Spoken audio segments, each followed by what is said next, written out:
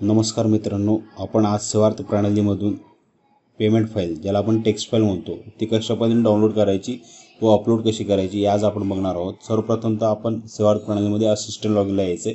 Assistant लॉगिनला आल्याच्या नंतर आपण जे वेतन देयक तयार केलेलं आहे ते आपल्याला ओपन करायचे। त्यासाठी आपण वर्क लिस्टमध्ये जायचे। वर्क लिस्टमध्ये आल्याच्या नंतर आपल्याला पेरोल आणि payroll generation view, change statement आणि पे बिल डिटेल्सला क्लिक करायचं। महिना व वर्ष सिलेक्ट करायचं। शो पे बिलला क्लिक केल्याच्या नंतर आपल्याला ऑथरायझेशन नंबरच्या खाली डाउनलोड ही क्यूबर GSON फाईल दिसते त्या ठिकाणी आपल्याला क्लिक करायचे। क्लिक केल्याच्या नंतर वर उजव्या हाताला आपल्याला फाईल ही डाउनलोड झालेली असेल। फाईलच्या लोकेशनला आपल्याला जायचे, त्यासाठी फोल्डरवरती क्लिक करायचं। आपल्याला फाईल दिसेल, फाईलवरती आपल्याला क्लिक करायचे। त्या वेळेस तो नंबर सिलेक्ट झालेला असेल, सध्याचा नंबर कॉपी करून घ्यायचा आणि आपल्याला बीम्सच्या लॉगिनला यायचं। बीम्सच्या लॉगिनमध्ये आल्याच्या नंतर मेंटेनन्स ई कुबेर बल्क पेमेंटला क्लिक करायचं। आपल्यासमोर एक विंडो ओपन झालेली असेल, त्या ठिकाणी ऑथरायझेशन नंबर जो दिसतो तो त्या ठिकाणी पेस्ट करायचा आहे।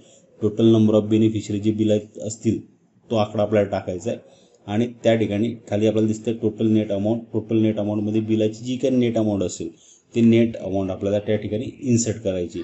नेट अमाऊंट इन्सर्ट केल्याच्या नंतर खाली आपल्याला सिलेक्ट फाईल बटन दिसते। सिलेक्ट फाईल बटनाला क्लिक करायचे, फाईलचं लोकेशन सिलेक्ट करून ओपन करायचं आणि सबमिट बटनाला क्लिक करायचे।